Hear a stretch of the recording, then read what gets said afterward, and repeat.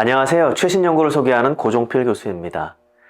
여러분, 아이가 조용히 앉아서 스마트폰을 보고 있으면 우리는 종종 이렇게 생각을 합니다. 조용하니까 괜찮겠지. 교육용 영상이니까 나쁘지 않겠지. 요즘 세상에 아예 안 보여줄 수도 없잖아. 그런데 정말 중요한 질문은 얼마나 보여주느냐 보다 먼저 왜 그렇게 많이 보게 되었느냐일 수 있습니다. 오늘 소개해드릴 연구는 한국에서 2022년부터 2024년까지 3년 동안 전국 단위 부모 3,000명 이상을 대상으로 조사한 대규모 국가 기반 연구입니다. 단순한 한 시점의 조사나 소규모 실험이 아니라 포스트 코로나 시대 실제 가정에서 부모의 행동과 태도가 아이의 미디어 사용에 어떤 영향을 미치는지를 추적한 매우 의미 있는 연구입니다. 이 연구가 던진 핵심 질문은 단순합니다.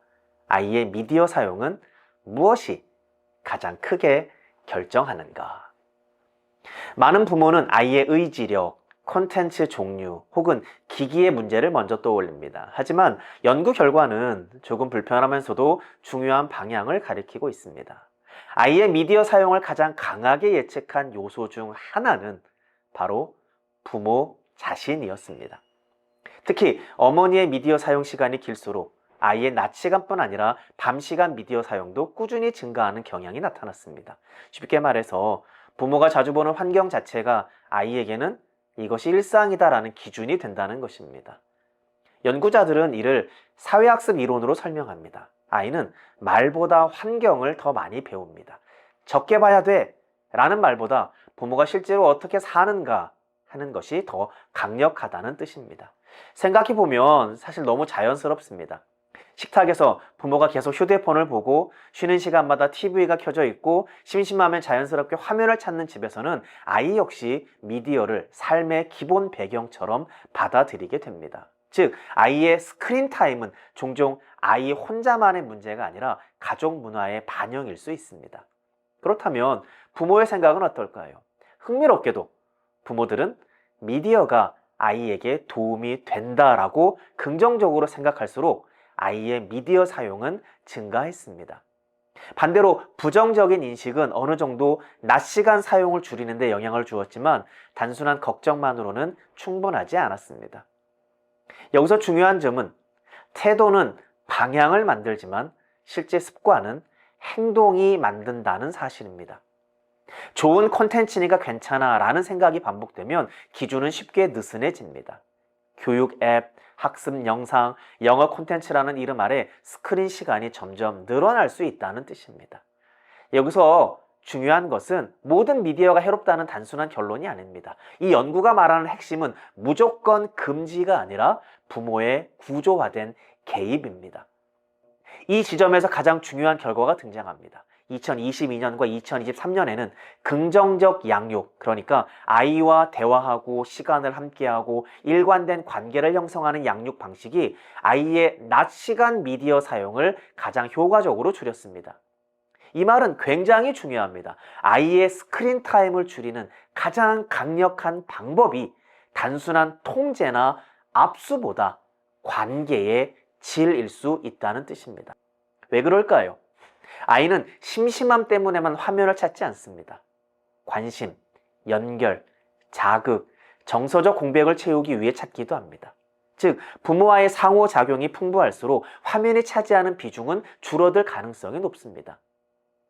반대로 2024년에는 강한 처벌이 미디어 사용 감소와 연결되는 결과도 나타났습니다. 하지만 여기서 조심해야 합니다. 이것이 처벌이 가장 좋은 방법이라는 의미는 아닙니다. 연구 자체도 이것을 사회 변화 속 양육 방식 변화의 신호로 해석하며 장기적으로 건강한 방법이라고 단정하지 않습니다. 실제 교육학적으로도 강한 통제는 단기 수능은 만들 수 있지만 자기 조절 능력을 길러주지는 못할 가능성이 큽니다. 쉽게 말하면 당장은 끄게 할 수 있지만 스스로 조절하는 힘은 별개의 문제라는 것입니다. 그리고 밤시간 미디어 사용에서는 더 흥미로운 결과가 나옵니다. 부모의 양육 스타일보다 부모의 태도와 보상 방식이 더 중요했습니다.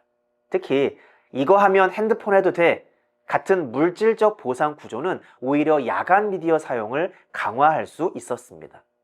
즉 스크린이 보상이 되는 순간 아이의 뇌는 그것을 더 가치 있는 대상으로 학습할 가능성이 커집니다. 이 부분은 많은 가정에서 매우 현실적입니다.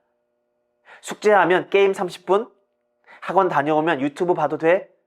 당장은 편리하지만 장기적으로는 미디어의 심리적 가치를 더 높일 수 있습니다. 그렇다면 부모는 실제로 무엇을 해야 할까요? 첫째, 아이의 스크린 타임을 줄이고 싶다면 먼저 자신의 미디어 습관부터 점검해야 합니다. 아이 앞에서의 사용 방식이 생각보다 훨씬 큰 교육입니다. 둘째, 무조건 금지보다 함께 구조 만들기가 중요합니다. 예를 들어 저녁 식사 시간엔 가족 모두 휴대폰 없음, 또는 잠들기 1시간 전엔 화면 끄기처럼 가족 규칙이 더 효과적일 수 있습니다. 셋째, 교육 컨텐츠라는 이유만으로 자동 면죄부를 주지 않는 것이 필요합니다. 좋은 컨텐츠도 과도하면 관계와 수면, 자기 조절을 대신할 수 없습니다. 넷째, 가장 본질적으로는 아이가 화면 밖에서 충분한 관계, 놀이, 선택, 심심함을 경험하도록 도와야 합니다. 심심함은 종종 창의성의 시작점이기도 합니다. 결국 이 연구가 우리에게 말하는 핵심은 이것입니다. 아이의 미디어 문제는 단순히 기기의 문제가 아니라 가정의 문화, 부모의 습관, 관계의 구조가 함께 만드는 결과일 수 있습니다. 우리는 종종 어떻게 하면 아이가 미디어를 덜 보게 할까를 묻지만 조금 더 본질적인 질문은 이것입니다. 우리 집은 지금 무엇을 가장 자연스러운 일상으로 가르치고 있는가? 오늘 저녁 아이의 스크린 시간을 바로 줄이려 하기보다 먼저 우리 집의 스크린 문화를 한번 바라보시면 어떨까요? 아이는 부모의 말을 듣기보다 부모의 삶을 따라 배우는 경우가 훨씬 많기 때문입니다. 작은 변화는 보지 마가 아니라 우리 함께 이렇게 살아보자에서 시작될 수 있습니다. 오늘 영상이 도움이 되셨다면 좋아요와 구독 부탁드립니다.